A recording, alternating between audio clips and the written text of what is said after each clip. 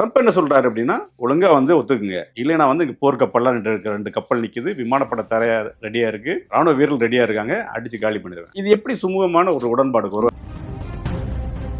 குறைஞ்சபட்சம் 30 லட்சம் கோடி ரூபாயிலிருந்து 93 லட்சம் கோடி, $1 டிரில்லியன் வரைக்கும் இந்த இழப்பு இருக்கலாம்னு சொல்றாங்க. பல பேருக்கு வேலை கிடையாது. பல கடைகள் மூடப்பட்டு இருக்கின்றன.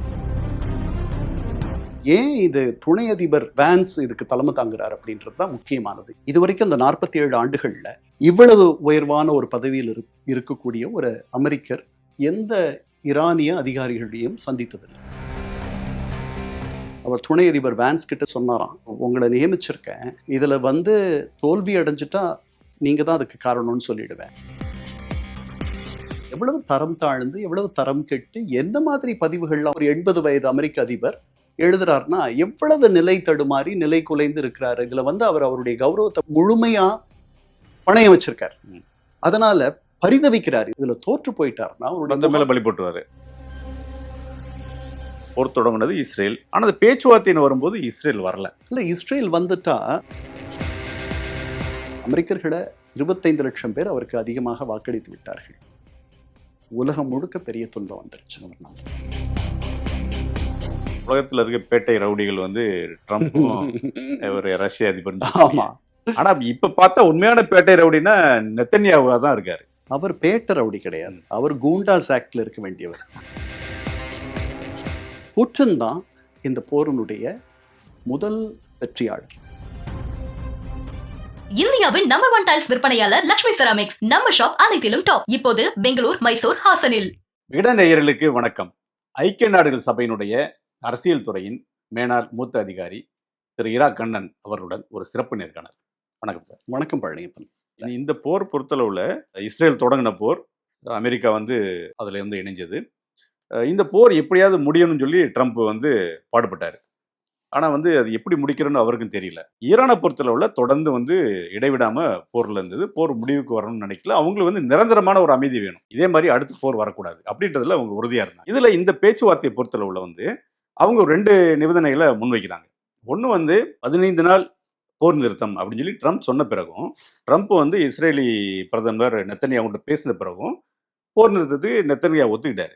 ஆனால் லெபனான் அடிச்சிட்டு இருக்காரு. அது வந்து ஒரு அமைதி திரும்புறதுக்கான ஒரு சூழல் உருவாக்காத ஒரு விஷயத்தை அவர் இஸ்ரேல் தரப்பு செய்யுது. ஈரான் வைக்கக்கூடிய அந்த நிபந்தனை வந்து லெபனானை தாக்குறதை நிறுத்தணும் அப்படின்றது அவங்க முக்கியமான கோரிக்கை. இன்னொன்று, அமெரிக்கா முடக்கி வைத்திருக்கக்கூடிய ஈரானுடைய சொத்துக்களை உடனடியாக விடுவிக்கணும். 2 நிபந்தனைகளை வைக்கிறாங்க. முதல்ல நீங்க சொன்ன அந்த ஹெஸ்புல்லா மீதான தாக்குதல் தொடர்பான இந்த தற்காலிக போர் நிறுத்தம் அதையும் உள்ளடக்கியது அல்ல அப்படின்ட்டு அமெரிக்கர்கள் சொல்லிட்டாங்க. ஜேடி வான்ஸே சொல்லிட்டார், துணை அதிபர். அது தொடர்புடையது அல்ல, அது வேற, இது வேற அப்படின்ட்டு இதை படிச்சாலே நல்ல தெளிவா தெரியும் அப்படின்னு சொல்லிட்டார். இந்த மத்தியஸ்தம் செய்த பாகிஸ்தானிகள் சொல்றாங்க, இல்ல அதுவும் அதுல அடக்கம் அப்படின்றாங்க. இதுல யார் சொல்றது உண்மைன்றது தெரியல.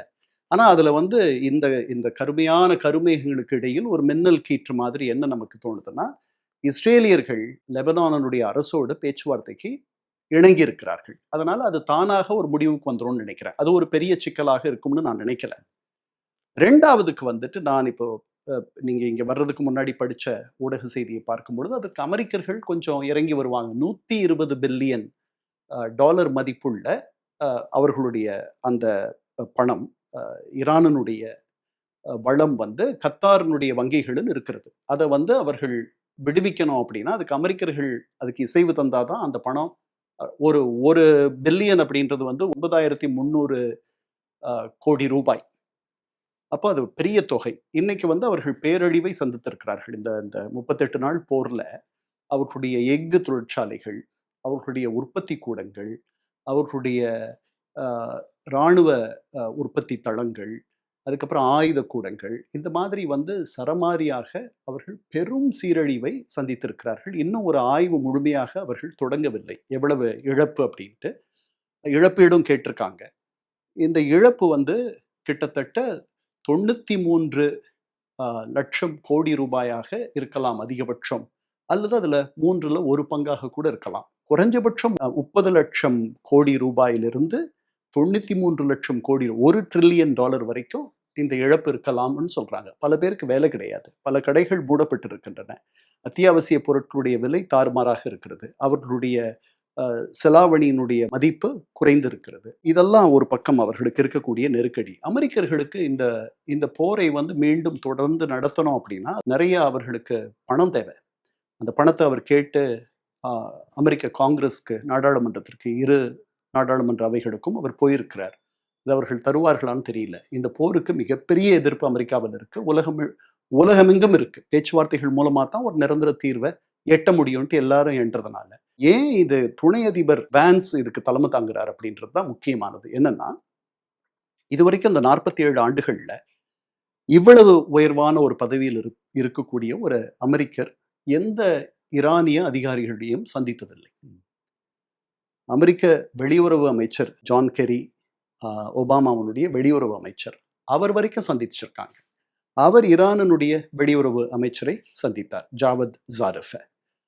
ஆனா அமெரிக்காவினுடைய 2வது இடத்துல இருக்கக்கூடியவர், பல வகைகளில் நாளைக்கு வந்து ட்ரம்ப் இல்லாத ஒரு இடத்தை, அந்த வெற்றிடத்தை நிரப்பக்கூடியவர்கள் அவருடைய அரசியல் அமைப்பின் படி. அவ்வளவு முக்கியமான பொறுப்பு. அவங்களுடைய மேலவையினுடைய தலைவர், எப்படி நம்ம நாடாளுமன்ற மேலவைக்கு நம்முடைய துணை குடியரசுத் தலைவர் தலைவராக இருக்கிறாரோ மாநிலங்களவைக்கு, அதே மாதிரி அவ்வளவு பெரியவர். அவரை வந்து அனுப்பியிருக்கிறது 3 காரணங்களுக்கலாம். ஒண்ணு வந்து அவர் வந்து இந்த போருக்கு முதல்ல உள்ள நடந்த கலந்தாய்வுல அவர் இந்த போருக்கு எதிர்ப்பாக இருந்தார் அப்படின்ற செய்திகள் வெளியில கசிஞ்சது. அதனால அவர்கிட்ட ஒரு நம்பகத்தன்மை இருக்கு. அவர் புதுசு. அவருக்கு வந்து அவர் கரைபடிந்த ஒரு பின்னணி அப்படின்றதெல்லாம் கிடையாது. அதனால ஒரு நம்பகத்தன்மை. 2வது, இந்த அளவுக்கு இந்த உயரத்துல உங்களுக்கு நாங்க எங்களுடைய தூதுக்குழு இருக்குன்னா, நாங்க வழக்கமா அனுப்புற ஸ்டீவ் விட்காஃப், என்னுடைய மருமகன் ஜாரெட் குஷ்னர், இவங்களோட கூட இவரையும் அனுப்புறோம் அப்படின்னா, நான் இதுல வந்து எவ்வளவு அக்கறை கொண்டிருக்கிறேன் அப்படின்னு நீங்க புரிஞ்சுக்கணும். இதை வந்து முழுமையாக இதை முடிக்கணும், நல்லபடியா முடிக்கணும்னு தான் நான் நினைக்கிறேன். நீங்க அதுக்கு ஒத்துழைப்பு தரணும் அப்படின்றது இன்னொரு காரணமாக இருக்கலாம். 3வது, ட்ரம்ப்புக்கு ஒரு பெரிய பழிவாங்கும் உணர்ச்சி எல்லாம் உண்டு. அவர் வந்து ரொம்ப சாதாரணமான ஆள் இல்லை. அவர் போன வாரம் பேசிட்டு இருக்கும் பொழுது இந்த செய்தி எல்லா ஊடகத்திலையும் வந்துருச்சு. அவர் துணை அதிபர் வான்ஸ் கிட்ட சிரிச்சுக்கிட்டே சொன்னாராம். அவருடைய கலந்தாய்வின் போது எல்லாரும் அவருடைய அமைச்சர்கள்லாம் உட்கார்ந்துருக்காங்க. இதை உங்களை நியமிச்சிருக்கேன், இதுல வந்து தோல்வி அடைஞ்சிட்டா நீங்க தான் அதுக்கு காரணம்னு சொல்லிடுவேன். இதுல வெற்றி கிட்டிடுச்சுதான் அதற்கு நான் காரணம்ட்டு நான் பொறுப்பேற்றுக்குவேன் அப்படின்னு சிரிச்சுக்கிட்டே சொன்னாராம். இன்னொரு 3வது காரணம் என்னன்னா, இந்த போரில் அவர்களுக்குள் பெரிய இடைவெளி இல்லை. அதிபர் ட்ரம்ப்புக்கும் அவருடைய அடுத்து இருக்கக்கூடிய அவருடைய துணை அதிபருக்கும் இடைவெளி இல்லைன்னு காட்டுறதுக்காகவும் அவரை அனுப்பியிருக்கலாம். இந்த 3 காரணங்கள் இருக்கு. அமைதி பேச்சுவார்த்தை நடக்குது. இது வந்து ஒரு நல்லபடியா நடக்கணும், ஒரு நல்ல தீர்வை எட்டணும் அப்படின்ற நோக்கத்தோட, அப்படிங்கிற ஒரு ஒரு வெளிப்படுத்தணும். அப்படி எல்லா வார்த்தைகள்லேருந்து எல்லாம் வெளிப்படுத்தணும். அப்பதான் அதுக்கான ஒரு சூழல், ஒரு சுமூகமான சூழல் வரும். ட்ரம்ப் என்ன சொல்றாரு அப்படின்னா, ஒழுங்கா வந்து ஒத்துக்குங்க, இல்லைன்னா வந்து இங்கே போர்க்கப்பல்லாம் 2 கப்பல் நிற்குது, விமானப்பட தரையா ரெடியா இருக்கு, ராணுவ வீரர்கள் ரெடியா இருக்காங்க, அடிச்சு காலி பண்ணிடுறாங்க. இது எப்படி சுமூகமான ஒரு உடன்பாடு வரும்? அவருடைய வந்து ஆட்டிடியூடே வந்து இப்படி இருக்கே. அதே மாதிரி பதிவுகளை ஈரானியர்களும் போட்டிருக்காங்க. நாங்க வந்து எதுக்கும் தளர மாட்டோம், உங்க அச்சுறுத்தலுக்கெல்லாம் நாங்க தயங்க மாட்டோம் சொன்னதுனால இப்படி போட்டிருக்காங்களா? யார் இல்ல அப்படிலாம் இல்லை. இந்த போர் தொடங்கின காலத்துல இருந்து 2 பேருமே வந்துட்டு, காலிபாஃப் அவங்களுடைய தூதுக்குழுவினுடைய தலைவரா வந்திருக்கிறவர், அவர் வந்து ரொம்ப கடுமையான இந்த மாதிரி பதிவுகள் எல்லாம் பண்ணியிருக்காரு. ட்ரம்ப் எப்படி எழுதுறார், பேசுறார், என்ன பண்றார், அதையெல்லாம் நீங்க வந்து ஒரு பொருட்படுத்த வேணான்றீங்களா? ஆமா, அத நீங்க எப்படி, அவர் வந்து ஒரு இயல்பான மனிதராக இருக்கிறாரா? அவர் இயல்பான மனிதர் நான் நினைக்கவே இல்லை. இந்த சூழல்ல ஒரு பேச்சுவார்த்தை, அமைதி பேச்சுவார்த்தை நடக்குது இல்லையா? அவர் எவ்வளவு தரம் தாழ்ந்து, எவ்வளவு தரம் கெட்டு, எந்த மாதிரி பதிவுகள்லாம், ஒரு சாதாரண ஒரு நடைபாதையில நடந்து கொண்டிருக்கிற ஒரு பாதசாரி கூட பயன்படுத்தாத வார்த்தைகளை ஒரு 80 வயது அமெரிக்க அதிபர் எழுதுறாருன்னா, எவ்வளவு நிலை தடுமாறி, நிலை குலைந்து இருக்கிறாரு. இதுல வந்து அவர் அவருடைய கௌரவத்தை முழுமையா பணையம் வச்சிருக்காரு. அதனால பரிதவிக்கிறார். இதுல வெற்றி கிடைச்சிருச்சுன்னா வரலாற்றுல இடம் பெற்று விடுவார். இதுல தோற்று போயிட்டாருன்னா அவருடைய மேல பலி போட்டுவாரு, முகம் கவிழ்ந்து போயிடும். அதனால அத பண்றாரு. நீங்க சொன்ன மாதிரி அந்த தூதுக்குழு இருக்குல்ல, அந்த இவங்களோட அமெரிக்காவுடைய அந்த அமெரிக்க தரப்பு அந்த குழு, பிரதிநிதிகள் குழு வந்து ரொம்ப முக்கியமான ஆட்களா வந்து அனுப்பியிருக்காரு. ஒன்று வந்து துணை அதிபர் ஜேடி வான்ஸ், 2வது அவருடைய மருமகன் ஜாரெட் குஷ்னர், 3வது வந்து ஸ்டீவ் விட்காஃப். 3 பேருமே அதில் சம்மந்தப்பட்டவங்க. இவர் வந்து அவருடைய மருமகன் வந்து ஒரு யூதர். இது எவ்வளவு முக்கியத்துவம் இருக்கு இந்த பேச்சுவார்த்தையில வந்து அதை நோக்கி போறதுல வந்து எந்த அளவுக்கு வந்து ஒரு இதா இருக்கும் சார்? ரொம்ப முக்கியமானது. இந்த 3 பேருமே ரொம்ப பெரிய வெற்றியாளர்கள். நீங்க வந்து ஜாரட் கூஷ்னர் அவருடைய மருமகன்னு நாம அவர குறைச்சு மதிப்பிடக்கூடாது. ஏன்னா, முதல் தடவ அவரு ஆட்சிக்கு வந்த பொழுது, அ இதுவரைக்கும் நடக்க முடியாத சில சாதனைகளை அவர் நிகழ்த்தி காட்டினார். அவர் வந்து ஐக்கிய அரபு அமீரகத்துக்கும், இஸ்ரேலுக்கும் முதன்முறையாக ஏப்ரஹாமிக் ஒப்பந்தங்கள் கீழ ஒரு உறவை ஏற்படுத்தினார். இஸ்ரேல் 48ல உதிச்சது. அன்னையிலிருந்து இந்த 2018, 19 வரைக்கும் அவர்களுக்குள் எந்த நாட்டோடவும் 2 நாடுகள் அதுக்கு விதிவிலக்கு. எகிப்தும், ஜோர்டன். இத தவிர வேற யாரோடும் உறவு இல்ல. ஐக்கிய அரபு அமீரகத்தோட உறவை ஏற்படுத்தினார். பாரேனோட உறவை ஏற்படுத்தினார். மொரோக்கோவோட உறவை ஏற்படுத்தினார். சுடானோட உறவு ஒப்பந்தம் கையெழுத்தாக இருந்தது. அந்த நேரத்துல அவருடைய ஆட்சி விழுந்துருச்சு. முடிஞ்சு போச்சு. அதனால அவர நம்ம குறைச்சு மதிப்பிட வேண்டிய அவசியம் இல்ல. ஜாரட் குஷ்னர் வந்து அமெரிக்க தரப்புல இருந்து இவ்வளவு வேலையும் ஆமா, செஞ்சிருக்காரு. ஆமா, ம். ஆமா. அதுக்கு பேரு ஏப்ரஹாமிக் அக்கார்ட்ஸ். அதுதான் வந்து ட்ரம்ப் தன்னுடைய சாதனையாக முதல் முறை ம். அது இஸ்ரேலுக்கு அவர் வழங்கிய ஒரு கொடையாக அவர் எண்ணினார். இப்போ துபாயிலிருந்து நீங்க டெல் அவீவ் போறதுக்கு விமான போக்குவரத்து தினசரி இருக்கு. இதெல்லாம் நினைச்சு கூட பார்க்க முடியாது. அவர் வந்து உலகத்தினுடைய அமெரிக்க அதிபரனுடைய மருமகன். அந்த அந்த தகுதி அவருக்கு போதும். அவர் என்ன அவருக்கு அவங்க மாமனார்கிட்ட கேட்டுட்டு அல்லது அவர் ஒத்துக்கக்கூடிய ஒரு விஷயத்த மாமனார்கிட்ட சொல்லி இதை நீங்க ஒத்துக்குங்கன்னு சொல்லக்கூடிய அளவுக்கு அவர் இருக்கார். அவருக்கு அரபு உலகத்தில் அல்லது இஸ்லாமிய உலகத்தில் ஒரு வரவேற்பு இருக்குன்றதை இதெல்லாம் காட்டுது. ஸ்டீவ் விட்காஃப் வந்துட்டு ஒரு மிகப்பெரிய, நம்ம தமிழ்ல சொல்றோம்ல டெவலப்பர்னு, ரியல் எஸ்டேட் டெவலப்பர். ஒரு மிகப்பெரிய ரியல் எஸ்டேட் டெவலப்பர், பெரிய கோடீஸ்வரர். அவர் வந்து வெற்றிகளை மட்டுமே சந்தித்தவர். அவர் இந்த பேச்சுவார்த்தைகள்ல, இப்ப நீங்க ஒரு ரியல் எஸ்டேட் அப்படின்னா ஒரு இடத்தை வாங்கி அதை கட்டி விற்கிறதுன்றது அது சாதாரண விஷயம் இல்லை.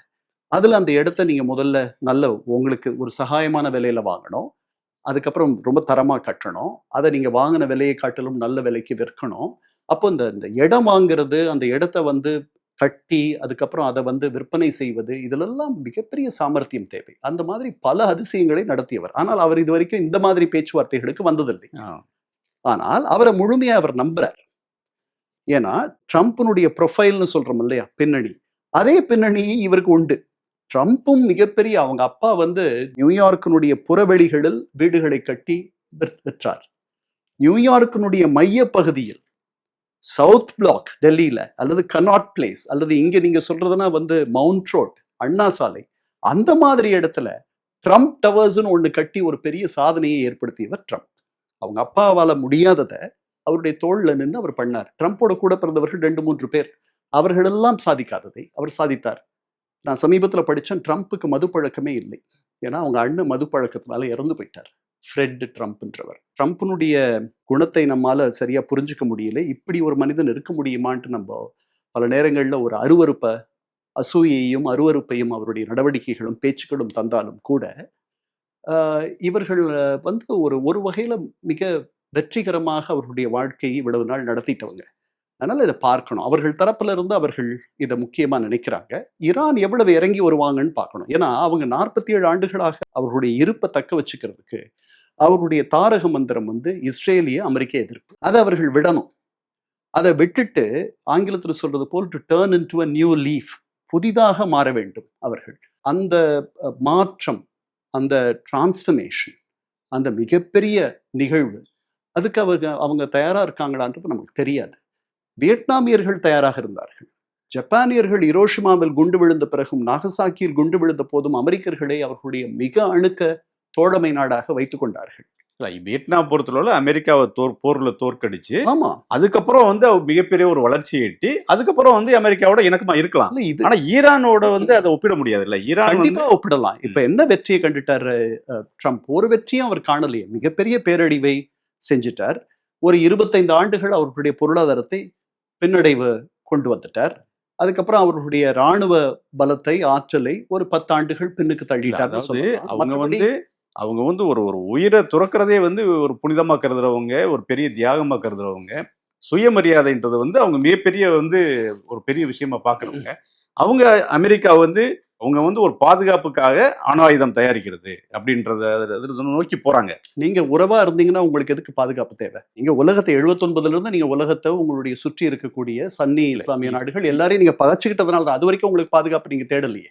நீங்க 79க்கு பிறகு உங்க போக்கு மாறுச்சு. உங்க போக்கு மாறின உடனே நீங்க உங்களை தனிமைப்படுத்திக்கிட்டீங்க. உங்கள்கிட்ட இருந்து எல்லாரும் விலகி இருந்தார்கள். சரிதானா? அதுக்கப்புறம் வந்தது தான் இந்த பிரச்சனை எல்லாம். அப்புறம் 2079 இருந்து 2002 வரைக்கும் எந்த சிக்கலும் இல்லாமல் நீங்க வந்து ஒரு 8 ஆண்டுகள் ஈராக்கோட ஒரு ஒரு போரை பண்ணீங்க. அதில் அந்த போர்ல எல்லா இஸ்லாமிய நாடுகளும் ஈராக்குக்கு உதவி செய்தன. அப்ப எந்த அளவுக்கு நீங்க இஸ்லாமிய உலகத்திலேயே எவ்வளவு பகையை தேடி வச்சிருக்கீங்கன்றது நீங்க பார்த்துக்கலாம். 8 ஆண்டுகள் நடந்துச்சு அந்த போர். இந்த 2 போர்ல அந்த போர்ல 2.5 லட்சம் பேரை நீங்க இறந்துட்டாங்க. பல இளைஞர்கள் மடிந்தார்கள். அர்த்தமே அற்ற ஒரு போர் அது. அந்த போர் நடந்துச்சு. 2002ல நீங்க வந்து ஒரு அணுசக்தியா மாற விரும்புறீங்கன்றது தெரிய வந்துச்சு. தெரிய வந்த உடனே அதை யார் சொன்னான்னா, உங்க நாட்டுல இருந்த உங்க ஆட்சி முறையை எதிர்த்த ஒரு அரசு சாரா அமைப்பு. அது வெளியே கொண்டு வருது இந்த தகவலை. இந்த தகவல் வெளியே வந்த உடனே மேற்குலக நுண்ணறிவு அமைப்புகள் இதை உறுதி செய்றாங்க. செஞ்ச உடனே ஐரோப்பியர்கள் உங்களோட பேச்சுவார்த்தையில ஈடுபடுறாங்க. ஏன்னா அமெரிக்கர்களோட 80ல இருந்து உங்களோட உறவு கிடையாது. அமெரிக்கர்களுக்கும் உங்களுக்கும் தொடர்பு இல்லை. ஐரோப்பியர்கள் உங்களோட பேச்சுவார்த்தை நடத்துறாங்க. நீங்க உடனே என்ன சொல்றீங்க? சரி, நாங்க இந்த திட்டத்தை தொடர மாட்டோம், உறைய வைக்கிறோம், ஃப்ரீஸ் பண்றோம் அப்படின்றீங்க. சொல்லிட்டு அதுக்கப்புறம் இது 2003-4 அளவுல. அதுக்கப்புறம் முகமது ஆமதி நெஜாத் அப்படின்னு சொல்லிட்டு உங்களுடைய ஒரு அதிபர் வரார்.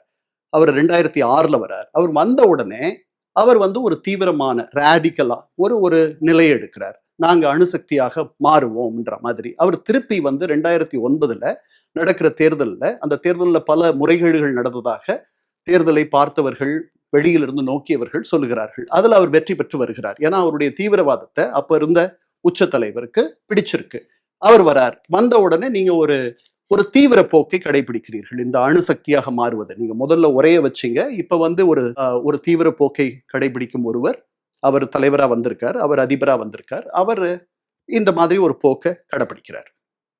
2009ல ஒபாமா 2008ல ஆட்சிக்கு வரார். அவர் வந்த உடனே இவ்வளவு நாள் இவங்களோட இணக்கமா நம்ம இல்லை, ஐரோப்பியர்கள் பேசி பார்த்தார்கள், இனிமேல் நாம பேச வேண்டிய நிலைமை வந்துருச்சுன்னு சொல்லிட்டு ஒமானுடைய துணையோட அவர்கள் ரகசியமாக 2009ல தொடர்புகள்லாம் ஏற்படுத்திக்கிறாங்க. பின்னாடி கொல்லைப்புறம் வழியாக, பின்புற வாசல் வழியாக மறைமுகமாக இது நடக்குது. 2012ல இருந்து சந்திக்க தொடங்குறாங்க அமெரிக்கர்களும் ஈரானியர்களும் பின்னாடி இருந்து. 36 மாதங்களுக்கு பிறகு ஒரு தீர்வு வருகிறது. அதுதான் JCPOA என்ற ஒப்பந்தம், joint comprehensive plan of action. அதுல நீங்க இவ்வளவுதான் செறிவு பண்ணணும், இதுக்கு மேல செறிவு பண்ணக்கூடாது.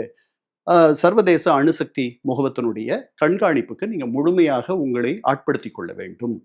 சரி சார், அமெரிக்கா பொறுத்தளவுல வந்து ஈரான் வந்து அணு ஆயுதம் வச்சுக்கூடாது, அணு ஆயுதம் தயாரிக்க கூடாது. அமெரிக்கா மட்டும் இல்ல, அமெரிக்கா மட்டும் அப்படி சொல்லல. இஸ்ரேல் இருக்கா இல்லையா அணு ஆயுதம்?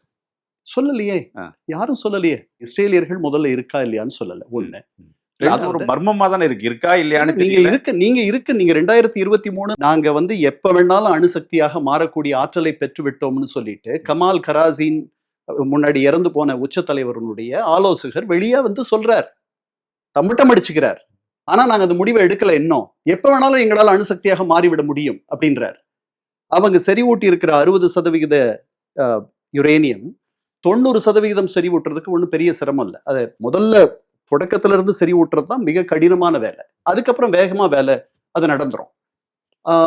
அதை பண்ணா இன்னைக்கு அவங்க கிட்ட இருக்க யுரேனிய இருப்ப அவர்கள் அணு ஆயுத தலையாக மாற்றணும்னா ஒரு ஆண்டுக்கும் குறைவா தான் அவர்களுக்கு தேவை. அதனாலதான் 10ல இருந்து 12 அணு ஆயுத தலைகளை அவர்களால் பண்ண முடியும். இதுதான் நிலைமை. அதனாலதான் இப்ப அமெரிக்காவும் இஸ்ரேலும் இவ்வளவு பதட்டம் அடைகிறாங்க. இஸ்ரேல் பதட்டப்படுறதுக்கான காரணம் இருக்கு. அது இஸ்ரேலுக்கு பாகிஸ்தானிகள் அணுசக்தியாக இருப்பதிலும் கொஞ்சம் கூட விருப்பம் இல்லை. அவர்களால முடிஞ்சிருந்ததுன்னா பாகிஸ்தானிகள் எப்படி பண்றாங்க, எங்க பண்றாங்கன்றத பார்த்து அதை முறியடிச்சிட்டு இருப்பாங்க, தாக்கிட்டு இருப்பாங்க. எதை பத்தியும் கவலைப்பட்டிருக்க மாட்டாங்க. ஏன்னா அவங்க எதையும் இழக்க, நீங்க சொன்னீங்க இல்லையா ஈரானியர்கள் எதையும் இழப்பார்கள், அதே மாதிரி தான் இஸ்ரேலியர்களும் அவர்களுடைய இருப்பை தக்க வச்சுக்கிறதுக்காக அவர்கள் துணிவார்கள். 80களில் ஈராக் முதல்ல ஒரு அணுசக்தியாக மாறுகின்ற முயற்சியை எடுத்த பொழுது இதே மாதிரி பிரியம்டிவாக தடுப்பு முயற்சியாக அடித்து ஒழித்து விட்டார்கள். 2009ல சிரியால அதே மாதிரி ஒரு தாக்குதலை நடத்தி பஷார் அல் அசாத் இருந்த போது ஒழிச்சிட்டாங்க. அதனால பாகிஸ்தான் அவர்களுடைய இந்த தாக்குதலிலிருந்து தப்பிவிட்டது. அதனால ஏற்கனவே ஒரு இஸ்லாமிய நாடு அவர்களுக்கு விரோதமாக இருக்கு, பல நாடுகள் அவர்களுக்கு விரோதமாக இருக்கிற. ஈரானை விட கொஞ்சம் பரவாயில்ல அவர்களுடைய நிலைமை, அவ்வளவுதான். அவர்களும் தனிமைப்படுத்தப்பட்டு தான் அவர்களுடைய கொள்கைகளால, அவர்கள் இந்த பலஸ்தீனியர்களை படுத்துகிற துன்பத்தினால, அவர்களுக்கு இழைக்கக்கூடிய அநீதிகளால அவர்கள் தனிப்படுத்தப்பட்டிருக்காங்க. இது ஒரு பக்கம். அதனால இஸ்ரேல் இருக்கு இல்ல அப்படின்னு எதுவுமே சொல்லல. மற்ற நாடுகள் வந்து அதை வந்து தடை பண்றதுக்கோ அல்லது நீங்க இப்படி பண்ணக்கூடாதுன்னு சொல்றதுக்கோ ஒரு முகாந்திரமே இல்லாம இருக்கு.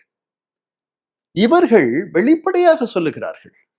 சர்வதேச அணுசக்தி முகமும் இவங்க கிட்ட 440 கிலோ யுரேனியம் இருக்கு. அது 60% செறிவூட்டப்பட்டிருக்கு.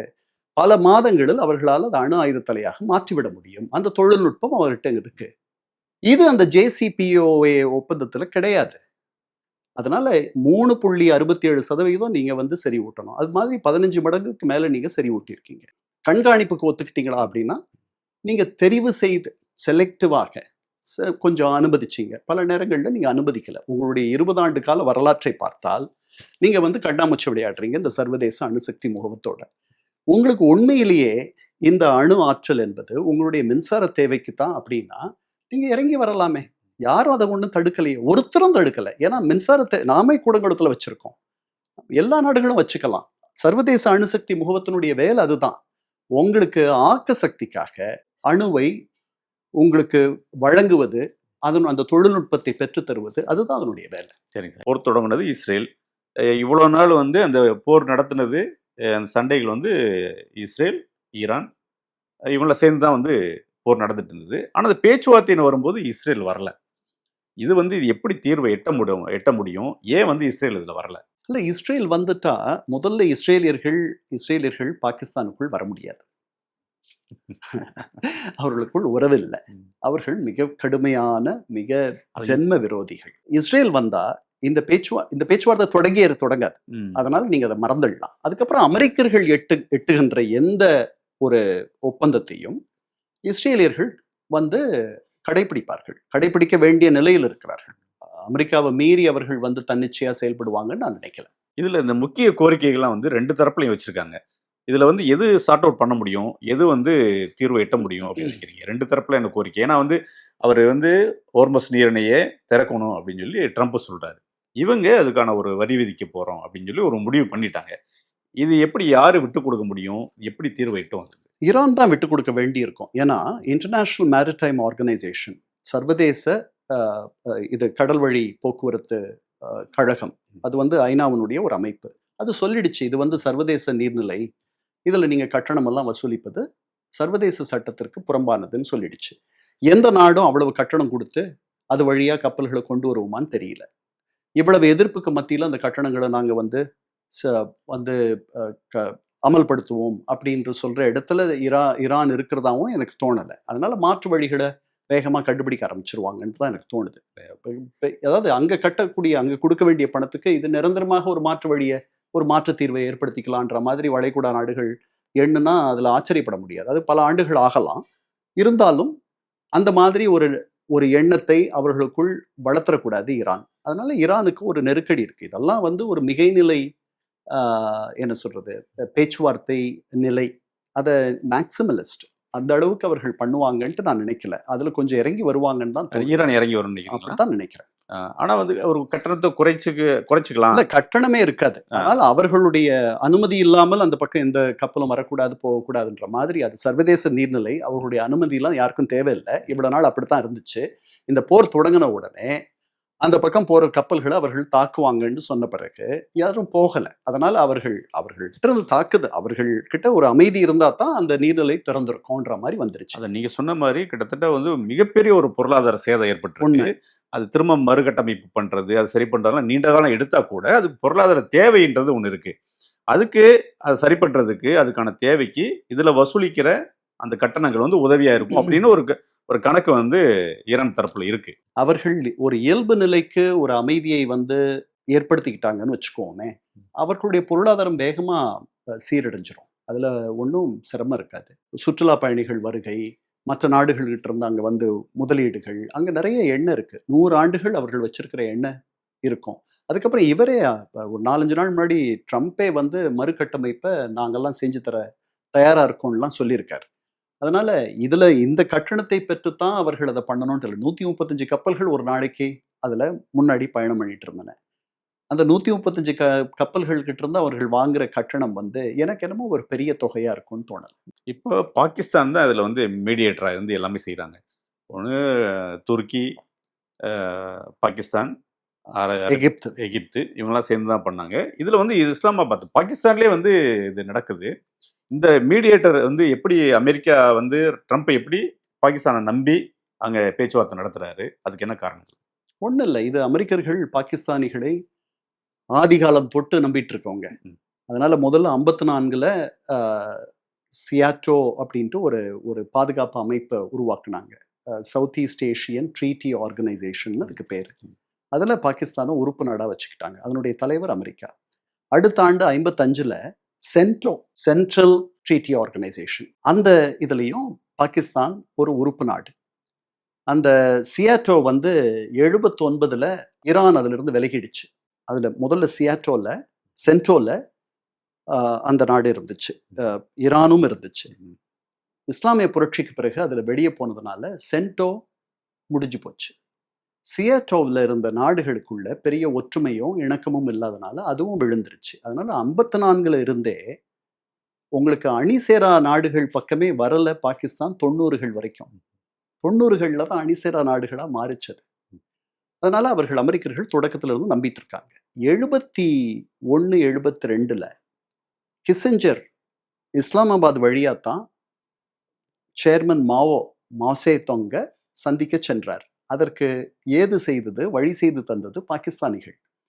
அவர் அந்த வழியா வந்தார். இஸ்லாமாபாத்தில் அவருக்கு உடல்நலம் சரியில்லைன்னு சொல்லி வெளியே ஒரு தகவலை பரப்பி அவரை ஒரு வர்த்தக விமானத்தில் பெய்ஜிங்குக்கு அனுப்பி முதன்முறையாக அமெரிக்க வெளியுறவு அமைச்சர் மாவோவை சந்திக்கிறார். அடுத்த ஆண்டு மாவோவை சந்திக்க கிஸிஞ்சர் வருகிறார். அது 2வது. 3வது 79ல் ஆப்கானிஸ்தான் படையெடுப்பு ரஷ்யர்கள் செய்த பிறகு அந்த படையெடுப்புக்கு முஜாஹிதீன் பெரிய எதிர்ப்பாக இருந்த பொழுது முஜாஹிதீனுக்கு அமெரிக்கா செய்த அத்தனை உதவிகளும் பாகிஸ்தான் வழியாக கடத்தப்பட்டுச்சு. அதனால பாகிஸ்தானிகளை அவர்கள் நிறைய நம்பினார்கள். இந்த ஒசாமா பின் லாடன் மட்டும் வரலன்னு வச்சுக்குவோம், இல்லை பயங்கரவாதம் மட்டும் தலை தூக்கலைன்னா அவர்களுக்குள் மிக நெருக்கமான நட்பு தொடர்ந்து நீட்டிச்சிருக்கும். இதில் இப்போ இந்த ஈரான் போர் பிறகு வந்து நேட்டோ நாடுகளை வந்து அழைச்சாரு ஹோர்முஸை திறக்கிறதுக்கு. அவங்க யாருமே வரல, மற்ற யூரோப் எந்த நாடுகளுமே வரல. இப்போ நேட்டோவிலேருந்து விலக போறாரு, அமெரிக்கா விலக போகுது, இப்படிலாம் வருது. சர்வதேச அளவில் வந்து அமெரிக்கா வந்து இப்படி ஒரு சிக்கலை கொண்டு வந்து விட்டுருக்காரா ட்ரம்ப்? அவர் எந்த சிக்கலை கொண்டு வந்து விடலை. அவர் 2வது முறை ஆட்சிக்கு வந்ததிலிருந்து ஒவ்வொரு நாளும் ஒரு புது சிக்கல் தானே. முதல்ல வந்து இறக்குமதி கட்டணங்கள்னு சொல்லி டாரிஃப்னு சொல்லி முதல்ல உலகம் முழுக்க ஒரு போரை தொடுத்தார். அதுக்கப்புறம் அதில் இறங்கி வந்தார். அந்த போரை சில நாடுகளோட மட்டும் கொஞ்சம் பண்ணிக்கிட்டு இருக்கார். அதுக்கப்புறம் கனடா வந்து 51வது மாநிலமாக இருக்கணும் அப்படின்னாரு. அதுக்கப்புறம் கிரீன்லாந்து வந்து இப்போ கூட 3 நாள் முன்னாடி பரிதாபமாக ஆதரவற்று அனாதையாக தீவாக நிற்கிறது அங்கே அப்படின்னு போட்டிருக்காரு பதிவு. அதுக்கப்புறம் இந்த நேட்டோ வந்து ஒரு காகித புலி அப்படின்னு நேட்டோவை பழிச்சிட்டாரு. நாங்கள் வந்து அவங்களுடைய உதவிக்கு பலமுறை போயிருக்கோம், எங்கள் உதவிக்கு அவர்கள் வரலை அப்படின்னும் சொல்லிட்டாரு. அதனால அவர் எடுத்தோம் கவிழ்த்தோன்னு அவர் பேசுவதும், காலையில் அவர் பேசுவதை மாலையில் மாற்றிக்கொள்வதும் ட்ரம்ப்பினுடைய வாடிக்கையாக இருக்கிறது. அவர் வந்து எத்தனை பேருனுடைய நிம்மதியை குலைத்திருக்கிறார்னு நம்ம எப்படி கணக்கு பண்ண முடியும்? கடல்ல இருக்க மணல் துகளை கூட எண்ணிடலாம். அவ்வளவு அந்த நாட்டை அமெரிக்கர்களை 25 லட்சம் பேர் அவருக்கு அதிகமாக வாக்களித்து விட்டார்கள். உலகம் முழுக்க பெரிய துன்பம் வந்துருச்சு அவர்னால. ஒரு நிலைத்த தன்மையே இல்லை பாருங்க, ஸ்டெபிலிட்டி போயிடுச்சுல்ல. அவர் ஒவ்வொரு நாளும் ஒவ்வொரு முடிவு எடுக்கிறார். எல்லாம் பயந்து அஞ்சி அவருக்கு எதிராக எதுவும் பேசாத இருக்கார். இந்த போருக்கும் எங்களுக்கும் சம்பந்தம் இல்லை அப்படின்னு ஐரோப்பியர்கள், நேட்டோ நாட்டை சேர்ந்தவர்கள் சொல்லுகிறார்கள். ஸ்பெயின் வந்து உங்களுக்கு எங்களுடைய தளங்களை தரமாட்டோன்னு சொல்லிட்டு உறுதியாக வெளியில வந்து சொல்றாங்க.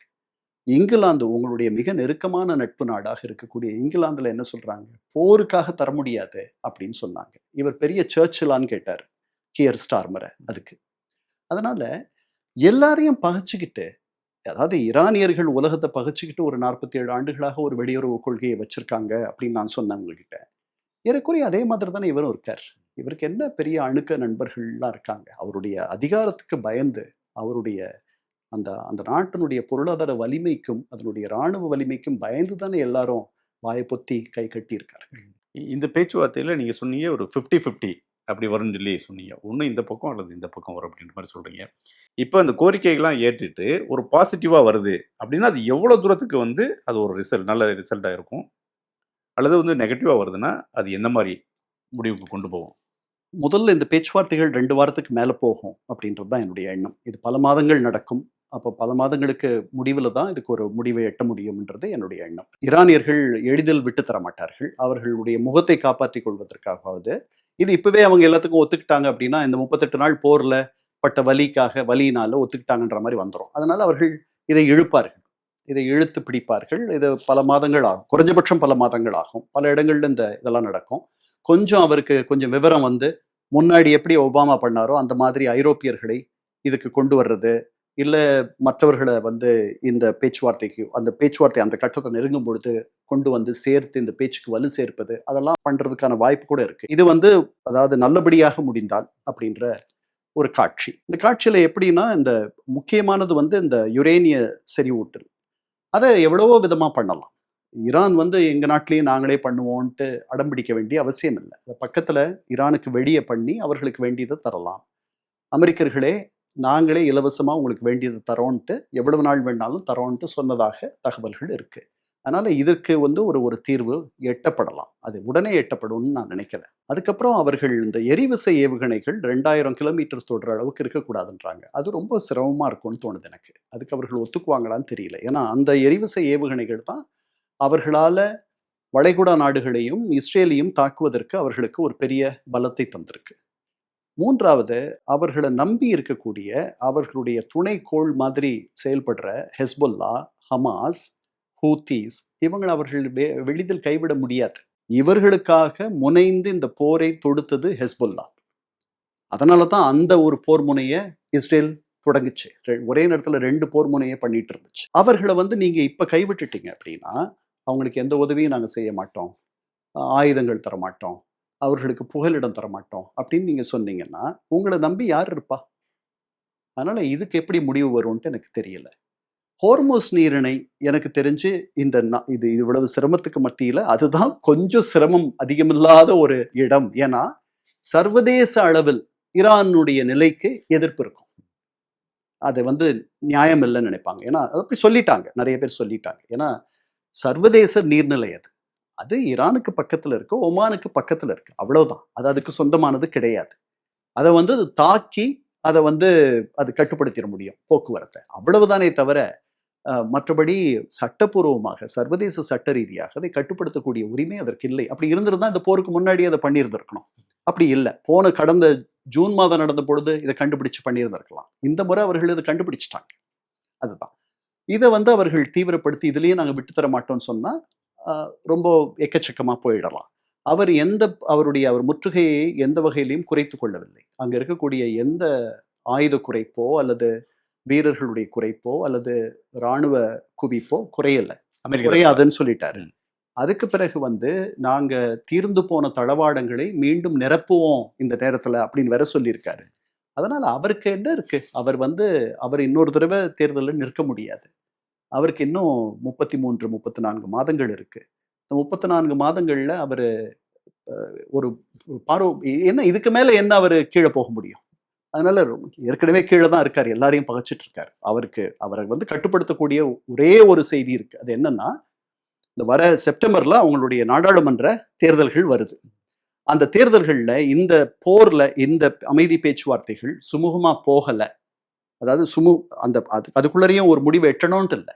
அது வரைக்கும் அந்த பேச்சுவார்த்தைகள் தொடர்ந்து நடக்கலாம், அதுக்கு பிறகு கூட நடக்கலாம். ஆனால் சுமூகமாக போகுது அப்படின்ற ஒரு செய்தி வந்தா தான் இவர் தான் குடியரசுக் கட்சின்னு தனியா ஒண்ணு இல்லை.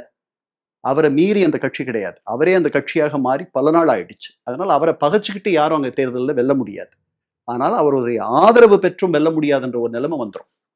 அந்த ஒரு சிக்கல் அவருக்கு இருக்கு. அதனால கொஞ்சம் இறங்கி இந்த பூமியினுடைய தரைக்கு வருவார் அப்படின்ட்டு நான் நம்புறேன். இல்லை, ஏற்கனவே வந்து நம்ம பேசணும். அதாவது உலகத்துல இருக்க பேட்டை ரவுடிகள் வந்து ட்ரம்ப்பும் ஒரு ரஷ்ய அதிபர். ஆமா. ஆனா இப்ப பார்த்தா உண்மையான பேட்டை ரவுடினா நெத்தன்யாஹூவா தான் இருக்காரு. அவரு தான் வந்து பல கலட்டா பண்ணிட்டே இருக்காரு. ஒரு அமைதியா வர்றதுக்கான அது எல்லா சிக்கலையும் பண்றவர் அவராக தான் இருக்காரு. அவர் தான் அந்த போரை ஆரம்பிச்சாரு. இப்ப பேச்சுவார்த்தை அமைதி பேச்சு நடக்கும் போதும் அதை சிக்கல் பண்ற இடத்துல அவர் இருக்காரு. அவர் யார் தான் கட்டுப்படுத்துவா? எல்லாம் அந்த அமெரிக்கா தானே அவர் வளர்த்து விட்டு எல்லாம் பண்ணிட்டு இருக்கு. அவர் பேட்ட ரவுடி கிடையாது. அவர் கூண்டாஸ் ஆக்ட்ல இருக்க வேண்டியவர். அதனால அவருக்கு என்ன பின்னணி இருக்குன்ட்டு நம்ம அவர்கிட்ட வந்து ஒரு தராதரத்தை நீங்க எதிர்பார்க்கிறீங்க. அவருடைய பார்வை என்னன்னா, அவர் வந்து ஒரு ஒரு ஒரு இஸ்ரேலிய தீவிர வலதுசாரி அரசியல்வாதி. அவரை பொறுத்த வரைக்கும் இஸ்ரேலினுடைய இருப்பு ஒவ்வொரு நிமிடமும் அது வந்து ஒரு கேள்விக்குறியா இருப்பதாக அவர் நினைத்துக் கொள்கிறார். அதுல பாதி உண்மை இருக்கலாம், பாதி கற்பனையாக இருக்கலாம். அதற்கு காரணம் வந்து ஈரான் கிடையாது. அதற்கு காரணம் இஸ்லாமிய நாடுகள் கிடையாது. அதற்கு காரணம் அவருடைய இஸ்ரேலினுடைய இதற்கு முன்பு வந்த சில தலைவர்கள், இந்த மாதிரி வலதுசாரி தலைவர்களுடைய வெளியுறவு கொள்கை. அந்த கொள்கை என்ன? பாலஸ்தீனர்களுக்கு ஒரு நாடு கொடுக்க கூடாதுன்றது. அதனால வரக்கூடிய சிக்கல். அதை நீங்க கொடுத்துட்டீங்க. அதுல வந்து ஒரு ரொம்ப நியாயமான ஒரு தீர்வை பாலஸ்தீனியர்களுக்கு நீங்கள் வழங்கி விட்டீர்களானால் உங்களுக்கு இருக்கக்கூடிய அபாயம், ஆபத்து, பாதுகாப்பின்மை எல்லாம் போயிடும். முக்கால்வாசி போயிடும். எல்லாம் போயிடுமான்னு தெரியாது. எப்பவுமே யாருக்கும் எல்லாமே போயிடாது. அதனால நிறைய போயிடும். அதை நீங்க பண்ண தயாரா இல்லை. அதனால உங்களுடைய எதிரிகளை நீங்க வலுவிழக்க செய்யறதுக்காக நாளும் அதே வேலையா நீங்க இருக்கீங்க. எப்பெல்லாம் உங்களுக்கு வாய்ப்பு கிடைக்குதோ அதை நீங்க பண்றீங்க. அதனால அவரை எடுத்துக்க வேண்டிய அவசியம் இல்லை.